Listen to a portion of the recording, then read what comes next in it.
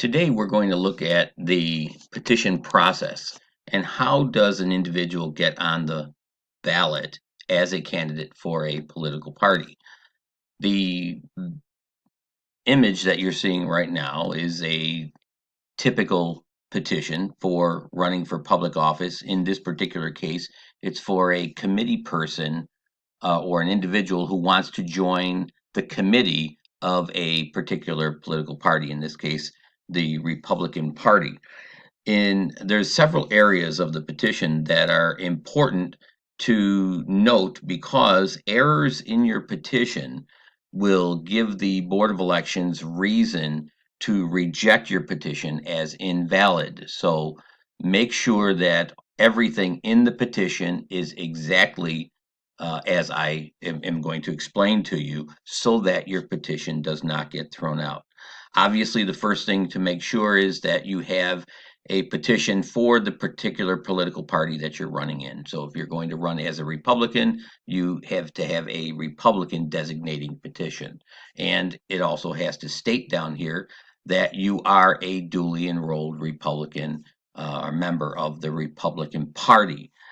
The first item that's important on the petition is the date of the primary election. Now, it's necessary for you to get that date from the Board of Elections. And there is an item that you're going to need to tell you when to start filing petitions, when they're supposed to be uh, submitted to the Board of Elections and things of that nature. And it's called the political calendar. And that political calendar for each year will be on the Primary Challenge website. So you'll be able to download that calendar and it will tell you the date of the primary election for the particular year that you're running. In the next year will be 2020, and that political calendar has not yet been determined, so we don't know when the date will be for that primary. But you have to make sure that this date is the date of the primary election. If this date is incorrect, your entire petition is invalid. You have to make sure this date is exactly correct. The next items that are important is the identification of the candidate. We have here candidate's name, and that name needs to appear on the petition as it appears at the Board of Election. So if you have your full name is, like in my case, Leonard Angelo Roberto, or Leonard A. Roberto, as it is at the Board of Elections, it has to appear on the petition as Leonard A. Roberto. I can't truncate my name. It has to be exactly as it appears at the Board of Elections. The easiest way to ensure you have it correct is to look at your voter registration card, because the way it appears on the card is the way it appears at the Board of Elections. The next section, which is the public office or party position description of the office, this is where a lot of candidates mess up their petition. And if you'll notice in the description that I have here, this is for a committee man, somebody who wants to join the committee of a particular party. It starts with the smallest entity within the description. That would be the councilman, or I'm sorry, the committee man. That's one individual, one committee person. Okay, so you have one person here identified. The second thing you see is that it's in District 4. Now, District 4 has more than one person in it, so it's a bigger entity than committee man. And then the town of Newstead, because it has multiple districts, is bigger than District 4 within the town of Newstead. And you see how it's like a tree. It's getting bigger as it gets down towards the bottom. This next item is that the town of Newstead is in the county of Erie, and the county of Erie, again, is bigger than the town of Newstead, and the county of Erie is within the state of New York. And that's how all offices are described legally on a petition. So if you were going to run for mayor of the city of Buffalo, you wouldn't say Mayor City of Buffalo. That's just not how it goes. It's mayor. The next line under it would be City of Buffalo. The next line under that would be County of Erie. The next line under that would be State of New York. That's the legal description of the office that an individual is running for.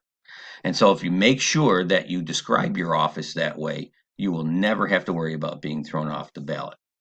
The third item here is the address of the candidate mentioned in the petition. The person who is running for office, the address of that individual. And I noticed, and I put in here also that it should include the town. Now, it's very important that you include the town because very often what happens is people will use their mailing address in this area. That's not your legal address. Your mailing address is where the post office sends your letters. But the Board of Elections is divided up the voter list into towns and cities and districts within the geographic area. So in this, you'll put your address down, and I'll use the make-believe address of 123 Main Street, Akron, New York. That's the mailing address, 123 Main Street, Akron, New York. But Akron is not a town. You have to include the town in which you live. So in parentheses, you put in town of Newstead. Another example would be Williamsville, New York. Again, 123 Main Street, Williamsville, New York. Williamsville is not a town. So in parentheses, you would put town of Amherst, parentheses. Okay, and that would make sure that the Board of Elections accurately puts the candidate's name and the candidate's address together. And the address has to match what is at the Board of Elections. So it shouldn't go without saying, but typically it does. The next section of the petition is what's called the Committee to Fill Vacancies. Now, this Committee to Fill Vacancies will include the names of 3 people who are registered in the party of the petition. So in this particular case, we have a Republican petition. The 3 names in here must be registered Republicans within the state of New York. And the addresses for each of those individuals have to meet the same criteria as the candidate. So again, if each of those individuals has an address, it has to include the name of the town in which they live, or the city. I should be more specific. So again, it'd be 123 Main Street, Colesville, New York. Colesville is not a town, and in parentheses, it would be town of Bennington. And each of those individuals would have to have their name as it appears at the Board of Elections and their address, including the name of the town on your petition in this particular area. The purpose of that committee is that in the event that a candidate who has a petition that has qualified at the Board of Elections, that individual will be on the ballot. In the event that individual is killed, it becomes incapacitated to the point where they cannot fulfill the office for which they are running, this committee will pick someone to place their name on the ballot in your stead. So make sure that those people that you pick are people that you know and people who would pick someone that you would actually agree with. The next area of the petition, and this is an older sample. This is my 2010, 2011 petition. This is a standard format for a petition. Now, there's a couple of things that I want you to notice in this petition. One is the date, the year. The date here is for the year of the petition. This is the date that someone has signed the petition. So as your volunteers go out into the streets to have people sign the petition, there will be dates put in here, such as March 5th, 2020. It will be approximately when people will be circulating petitions again. That date, whatever this date is going to be for the day that you're going out, should be pre-printed in there. So the candidate would put in March 5, and here it would be 2020, and then carry that all the way down. Just copy that date all the way down. That's really important because you should not, it's not illegal and it's not disqualifying for you to use the same petition on one day, then use that same petition on the next day. But it is very ill-advised to do that. It's very easy to make a mistake and cause your petition, or at least that page of your petition, to be disqualified at the Board of Elections. And the number of names at the Board of Elections for a particular office has to be achieved. And if they disqualify pages of names on your petition, you get closer and closer and closer to having an insufficient number of names on your petition. So make sure you pre-print for the particular day that petition is going to go out, this particular sheet, pre-print the date so that somebody doesn't inadvertently put a wrong date in there. And I'll explain to you why that's important. The next item is the signature of the individual, a Republican whose home you are going to go to and get their signature, giving you their permission to run for the particular office that you are seeking. In our case, it's for the committee of the Republican Party. That individual has to be a registered Republican, has to be living within the geographic district defined. So if you're running for the committee of the 4th district in the town of Newstead, they have to live in the 4th district of the town of Newstead. If you're running for the assembly, they have to live in the assembly district that you're running for. They just can't be from anywhere. They have to be from within the district.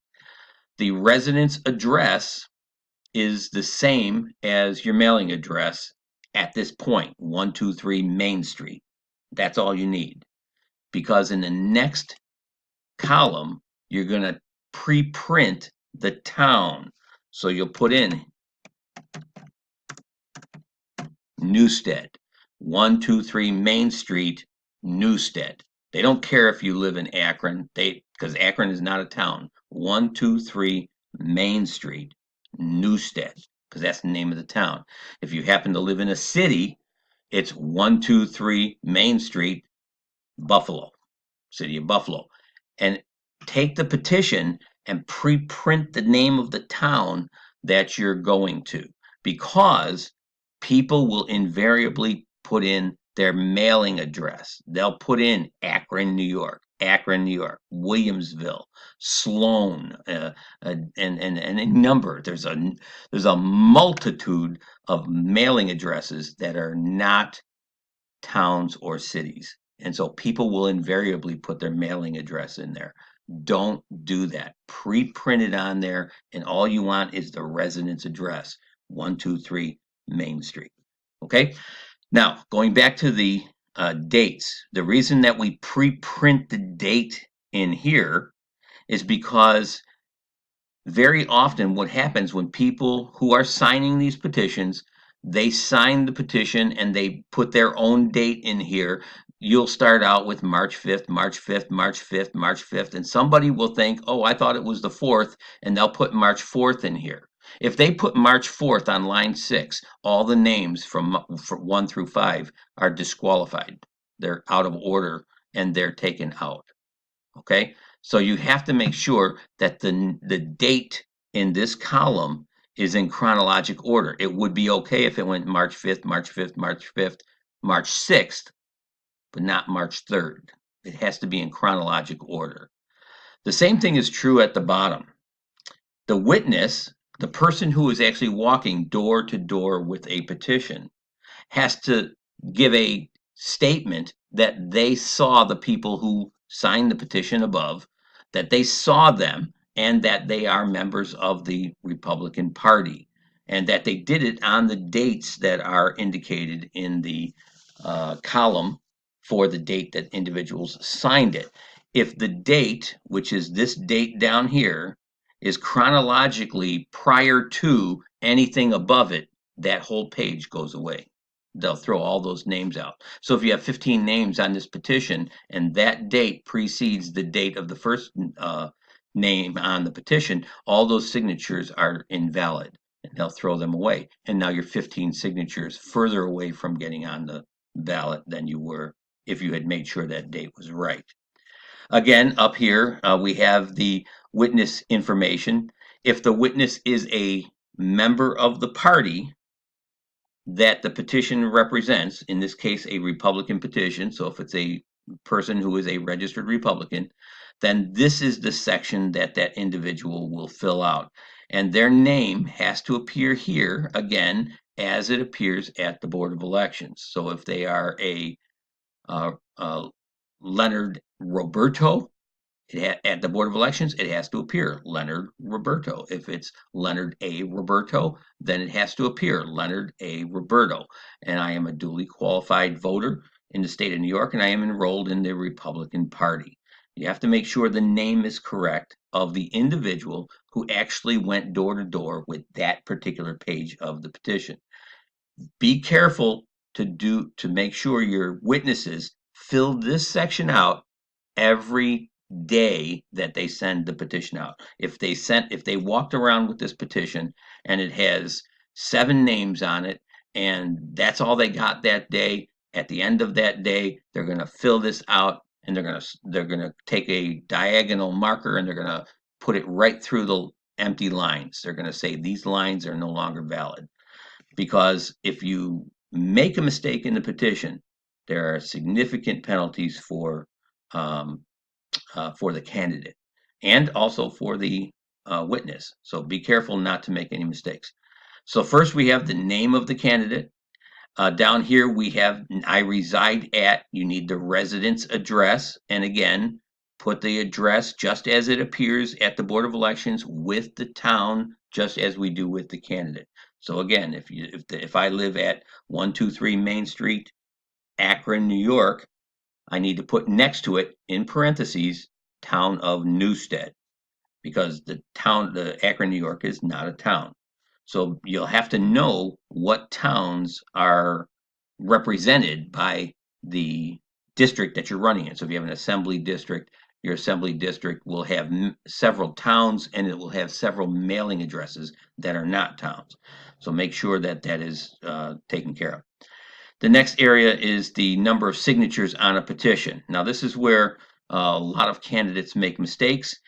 We have a petition. This sample petition has 15 lines in it. And if you put 15, 15, 15 on all of your petition pages, that's okay if they have 15 signatures on them.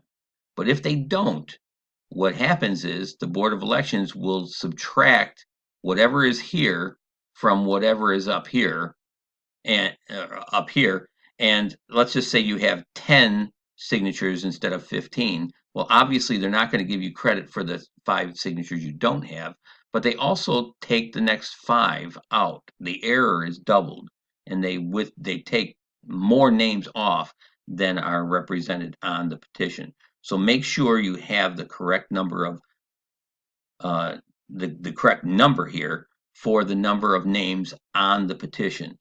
And in the event you have a petition that doesn't fill the entire page, 15 pages, and this is in a single day, by the way, if you have a petition that only has 11 names on it at the end of the day, when you're finished, take a marker, a pen, and just make a diagonal line across the remaining open spaces and just write in there, no more entries this page.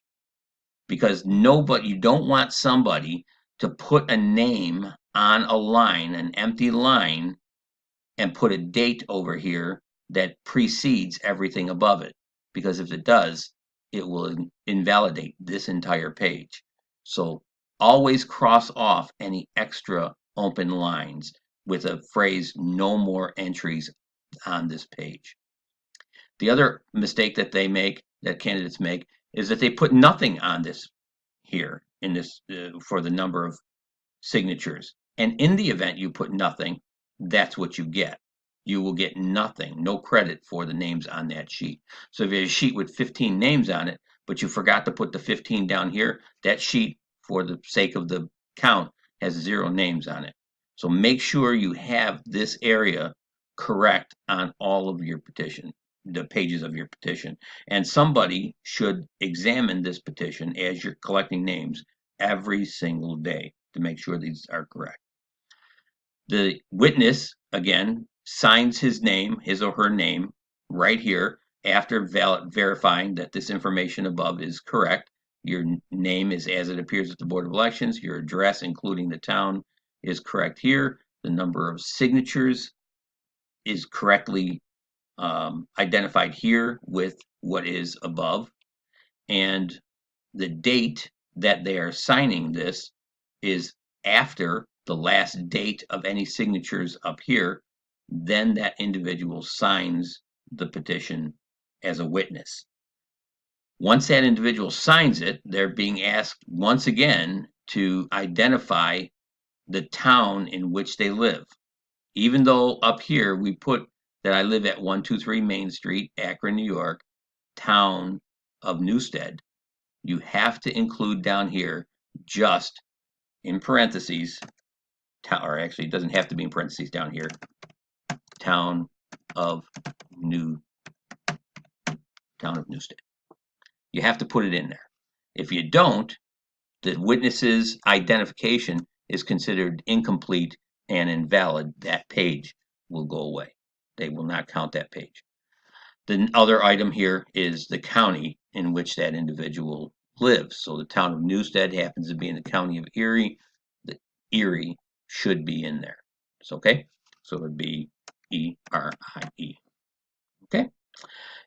There is a second area that can be the second type of witness that can witness a petition. The first is here. This first section is for anyone who is a member of the party that is represented by the petition. So if the petition is a Republican petition and you happen to be a Republican, then you would sign and witness this section here. But if you are not a member of the party of the petition, let's just say you're a conservative, but you're helping a Republican run their petition, if you are a notary of deeds, a notary republic or notary public or commissioner of deeds, you can also circulate a petition for any political party. And this is the area that you would use to witness the signatures that were made above. And the notary would obviously put the date here, put their signature here, and their seal on the petition. They also have to fill out this area that identifies how many signatures are above that they are witnessing. Okay, so all those things are done at the time that you run the petition. Now, there's one other very important piece that will not be filled out as you are running the petition, and that's this area right here. It says sheet number, and then there's a blank there, and that should remain blank until all the petition signatures for the entire petition drive is complete. And when each of these pages is brought together, they'll be stacked together and they have to be bound. I recommend using a 2-hole punch at the top and getting those 2-hole clips and tying them together. And when you put them together not chronologically, but in the order that the number of signatures appears. So the very first ones on the list will be all your ones. If you have petition pages that only have 1 signature, then petition pages that have 2 signatures, 3 signatures, 4 signatures, all the way to 15 signatures. Put them all in order in that fashion so you can very quickly determine how many signatures you have. Your petition will require 5% of the registration of your party in the district if you're running for the committee, if you're running for other offices, there are fixed maximums that you're going to need, or I'm sorry, not maximums, but minimums that you're going to need.